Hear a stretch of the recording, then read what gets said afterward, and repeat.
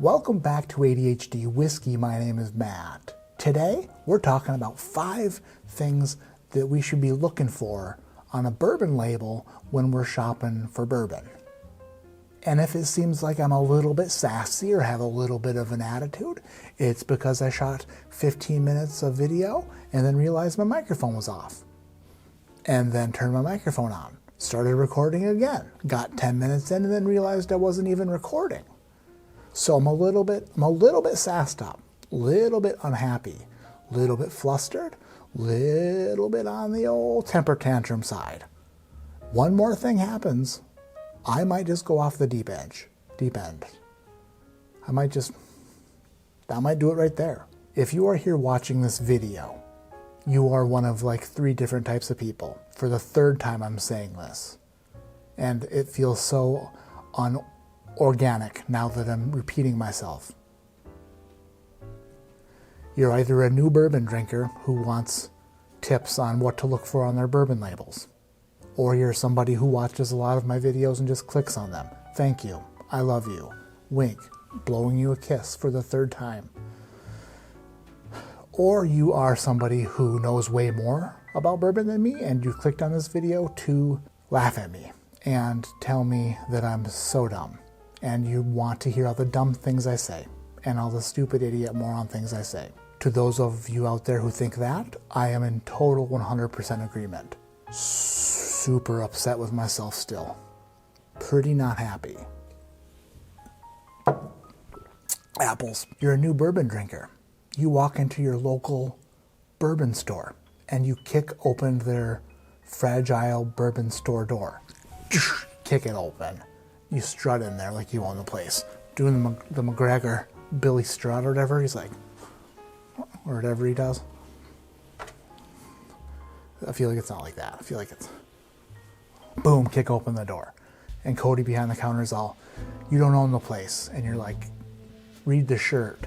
And then while Cody's in the back bringing you DePappy because you bought a Bring Me DePappy t-shirt from the link in the description below, you go and peruse the bourbon shelf, and you're just looking at it.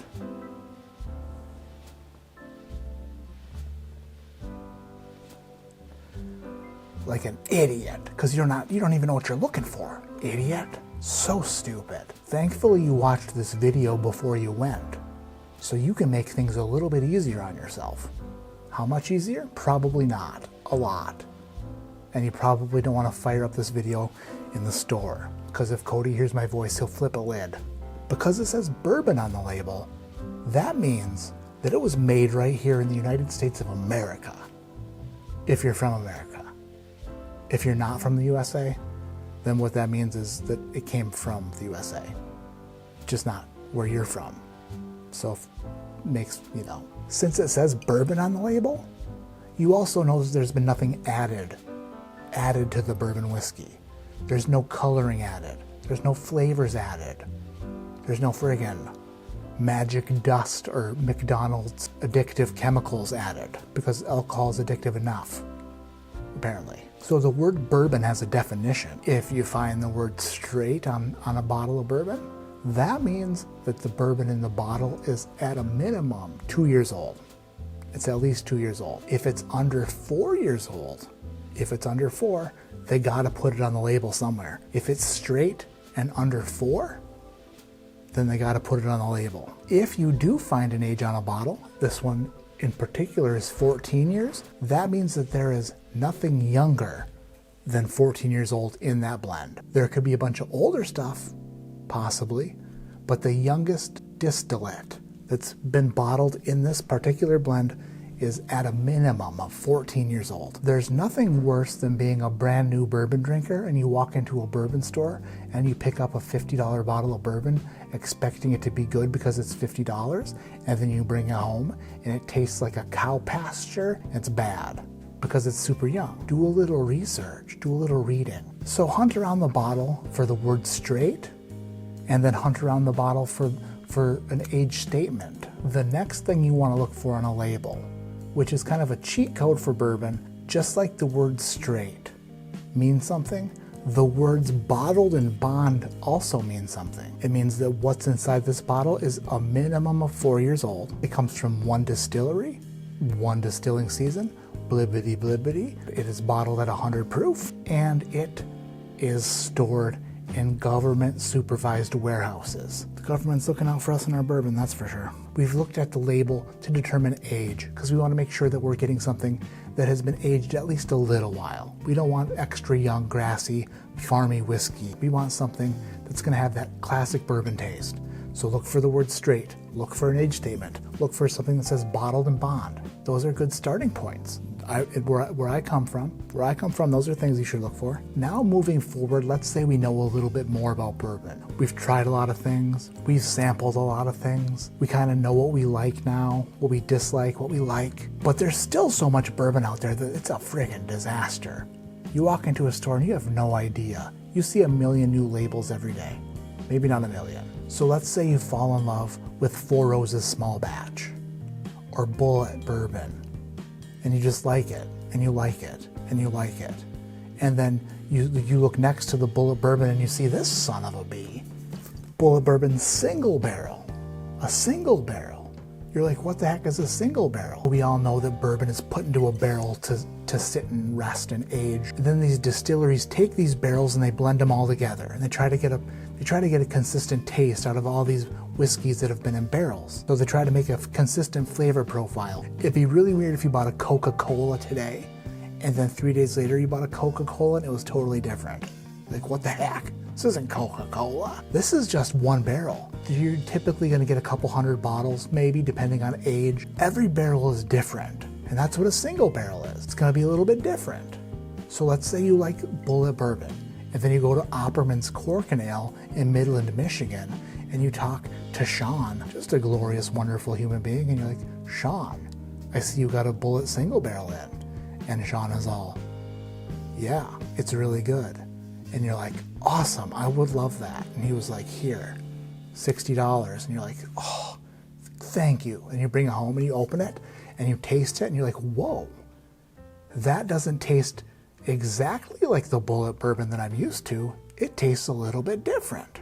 It's like you bought a friggin' mystery bottle. So yeah, look for single barrel on bottles of bourbon. If you want to get a little bit weird and frisky. This Opperman's is a 10-year-old 36% rye.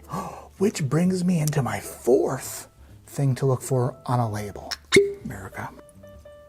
We've covered 3, I think, maybe 4. Crap. After we've been drinking bourbon for a while now, we're really starting to hone in on what we like.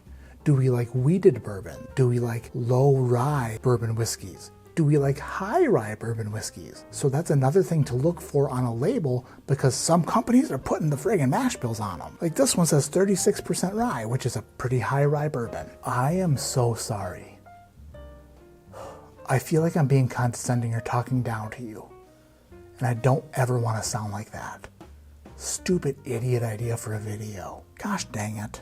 Like I'm talking to you like you don't know nothing. I'm sorry. I realized I was doing it and I hate it. Bardstown Bourbon Company is another one. This Fusion series gives the breakdown of all the mash bills of what's going on inside there. So after you figure out what the heck you like a high rye bourbon, then start looking at labels that give mash bills on them and find the stuff that has a high rye mash bill. If you like weeded bourbon, scan those labels, find something that's got some wheat in there. A lot of these bottles aren't gonna have mash bills or age statements or say bottled and bond. They're just gonna be very like bland and plain and like not tell you a damn thing. And they're mysteries. You just don't know. And those are bottles that you should probably avoid right away when you start drinking whiskey, because you don't know what the hell you're getting yourself into. You could spend a lot of money on really bad whiskey. Just to segue into my 5th and final thing you should look for on the label of bourbon whiskey, look for the state of distillation. If you don't like stuff that's made in Tennessee, but you like stuff that's made in Indiana or Kentucky or Washington even, then look at the label. Look at the label and find out where it was distilled. That looks like not a lot of label. But on this little label, there's so much information. It's got a distilled on date and bottled on date, so it tells you that it's almost 6 years old. It's a single barrel, it says right there. And then on the back, distilled in Indiana. bourbon whiskeys must state on the label the state in which they were distilled. The more information that you can get off of a bourbon bottle, the better. Let's say you bring home a bottle that gives you all the information on it, and you don't like it.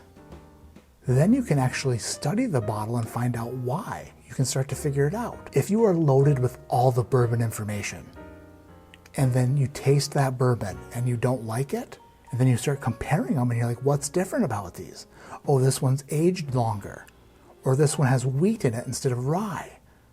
Or this one's made in Tennessee and this one's made in Kentucky. If you have that information, then boom, guess what? All of a sudden you're super smart about what you like. But if you buy bottles that don't give you that information, it's gonna be really hard to figure out why you do or don't like something. And I feel like that's the smartest thing I've ever said in my entire life. Somebody nominate me for something. Anybody, anything. I feel like that was so smart. The way I just put that together, so good. If you enjoyed my rambling and mumbling and blabbing about nothing, or if this helped you in any way at all, or if you just like to see me scissor kick somebody in the back of the head, hit the subscribe button. My name is Matt, this is ADHD Whiskey, and like I always say, keep your head in the clouds, but your mind on turning on your microphone when you make videos.